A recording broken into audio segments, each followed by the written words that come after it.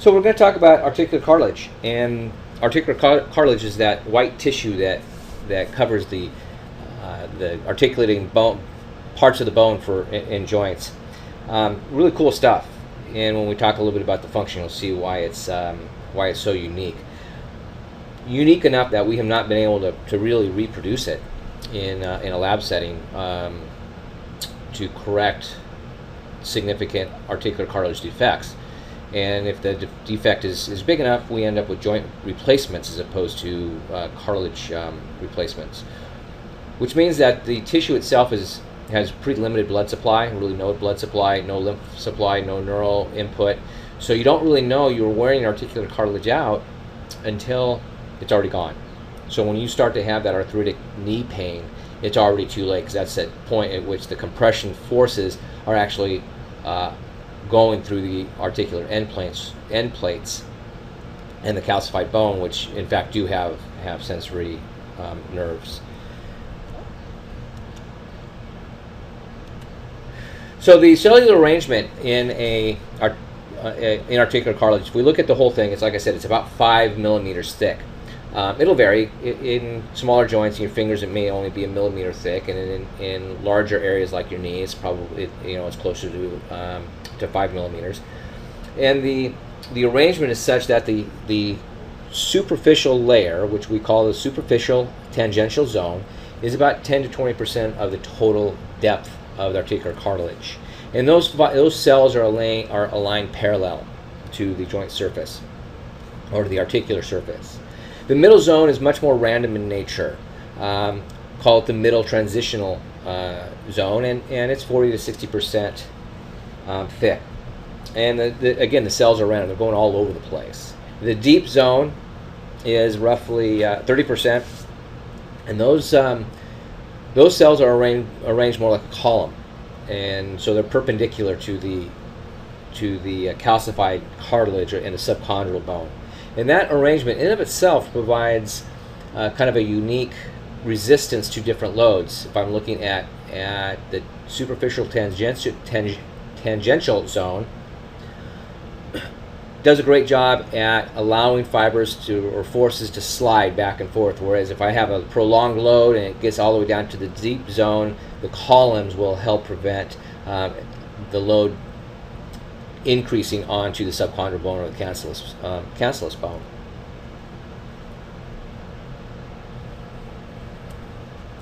So why do we have articular cartilage? What's the function? And the function is to spread the loads that are applied to the joint and to decrease friction. So we want to minimize the friction that is developing across the joint surfaces, and we want to maximize the freedom of movement. We want to maximize the spread of the load across the largest surface area that we can. And the way that our articular cartilage starts to do this is a function of the composition. And 60 to 80% of the composition of articular cartilage is made up of water. So a lot of fluid, high water content, and we'll see what happens with that water as we start to apply loads. Now the other component is this idea of this solid matrix, and the solid matrix is a combination of collagen fibers and this inner fibril proteoglycan gel. And the proteoglycan gel has this high affinity for water. But let's talk for a second about the collagen. Typically type 2 collagen fibers. And the behavior of the articular cartilage is really determined by the properties and the distribution of these individual components. The most important mechanical property of the collagen is its tensile stiffness. And it's strong stuff, right? Remember how collagen is the backbone for many of the tissues in our body. And so it really provides the cartilage with its fibrous ultrastructure. So when we put the collagen together with the hyperhydrated proteoglycan, it provides resistance to the stresses and the strains of articulation. So we need to look at then what the what makes up the proteoglycan. And the basic building block of the proteoglycan is the glycosaminoglycan molecules. So the glycosaminoglycan molecules. They're long, flexible chains of a repeating disaccharide, which they kind of have this bottle brush appearance, and they're attached to a hyaluronic acid backbone.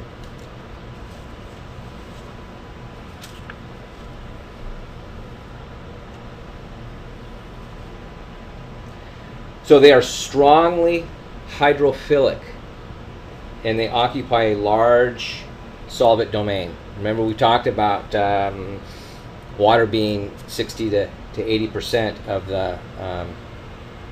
the volume of articular cartilage, and part of that is because of the interaction of the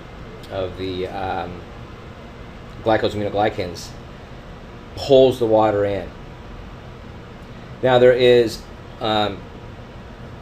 also a fixed negative charge that surrounds each of the glycosaminoglycans, and so they're repelled by these fixed charges. If we remember, if I take the negative side of two magnets and push them together, those magnets are going to repel each other, and that's really how a glycosaminoglycan chain will stiffly extend and kind of maintain this conformational state of within the tissue.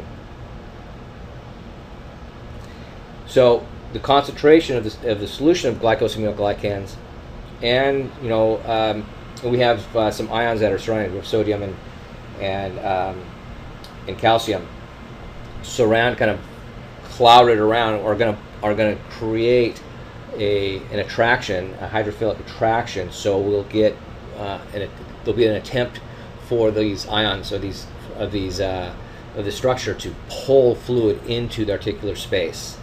So we want to, again, it likes that strongly hydrophilic solvent domain. It really pulls the fluid into that area. So how does all this stuff work? Well, when I look at the biomechanical behavior of articular cartilage, this is a function of viscoelasticity. It's really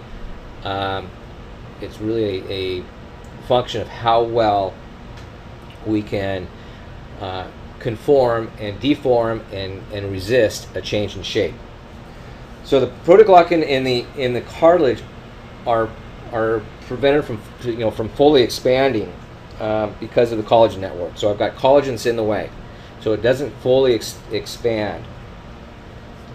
So that creates an osmotic pressure, or a kind of a preload on this matrix. So when there's no external load that's applied to the articular cartilage, the collagen fibers and they're just kind of hanging out. There's not an excessive amount of tension.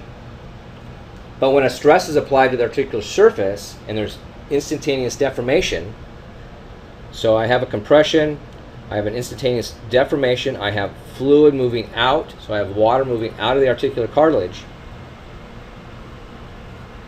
I start to see a resistance to that, because now those glycosaminoglycan chains are starting to get closer together, and as they get closer together, they repel each other to a greater extent.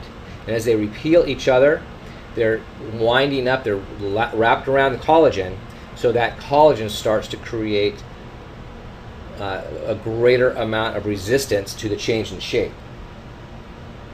So as long as the load is there and water is moving out, the more water that moves out, the greater the change of, or the resistance to that change in shape that occurs. So the rate of fluid movement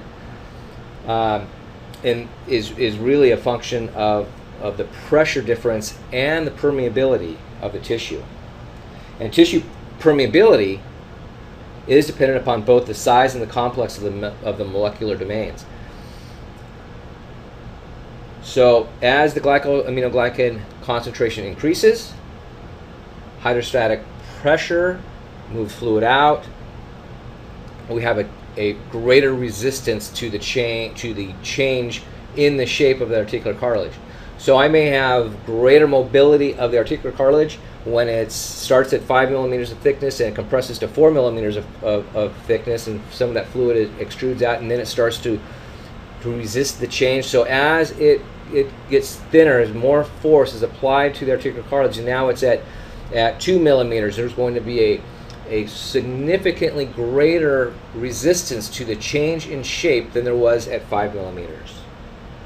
So that's the uniqueness of how articular cartilage functions, as opposed to you know, a meniscus, a fibrocartilage, fibrocartilage as opposed to the articular cartilage. And there's a couple of different ways that articular cartilage lubricates, and one is the concept of elastrohydrodynamic. And you know, synovial joints are subjected to an enormous range of loading conditions. So if I'm looking at the hip, for example, and I'm walking along, and as I move through the swing phase, and there's not a tremendous amount of compression load on my hip joint, then there's greater sliding, so there's a greater opportunity for to decrease the friction of those two surfaces. So what I want to do is that sliding, the squeeze during the swing phase, that film allows the film of that tangential zone allows for minimal amount of friction, easy to allow the bones to slide back and forth across each other. But then I stop and I stand for a while. And now, as I've been standing, I start to get a higher load. So higher loads, slower sliding speeds.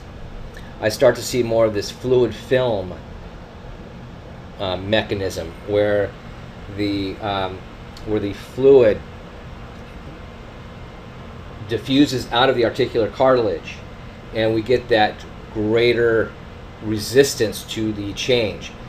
You can in fact see, if you've ever done this, if you've ever been down and sat on your heels for a while and in an extreme dorsiflexed position in the ankle, the articular surface, you may stand up and it's like, God, man, my ankle doesn't want to move. That position where you have loaded the articular surface on the head of the tail, or on the talar dome, you've taken the articular cartilage, squeezed all the water out of it. So you've created a situation where there's minimal resistance to that, and you've kind of flattened out that cartilage. And what happens? You kind of shake it around a little bit, take the load off, and what happens? All that fluid diffuses back into the articular cartilage, and it's like, oh, okay, I can start to walk again.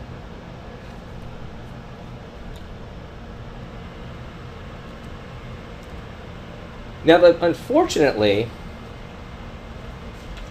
we have articular cartilage has a very, very limited capacity for repair and regeneration. Abnormal stresses can result in total failure. One of the things that's interesting is to look at lifestyle in the United States, where we really don't take our joints through their full range of motion, and if we don't have adequate accessory motion, like with the concave convex rule, if we're not really utilizing that accessory motion, we create abnormal loads on the joint surfaces, and we end up with the onset of osteoarthritis. The progression is really a function of the magnitude of the imposed stresses and the total number of the sustained peaks. So if I have a situation where I have a number of loads, of abnormal loading, of repeated abnormal loading, the result can be a quick total failure in the articular cartilage. So, maintaining healthy cartilage is really a function of taking joints through the normal and full range of motion on a regular basis,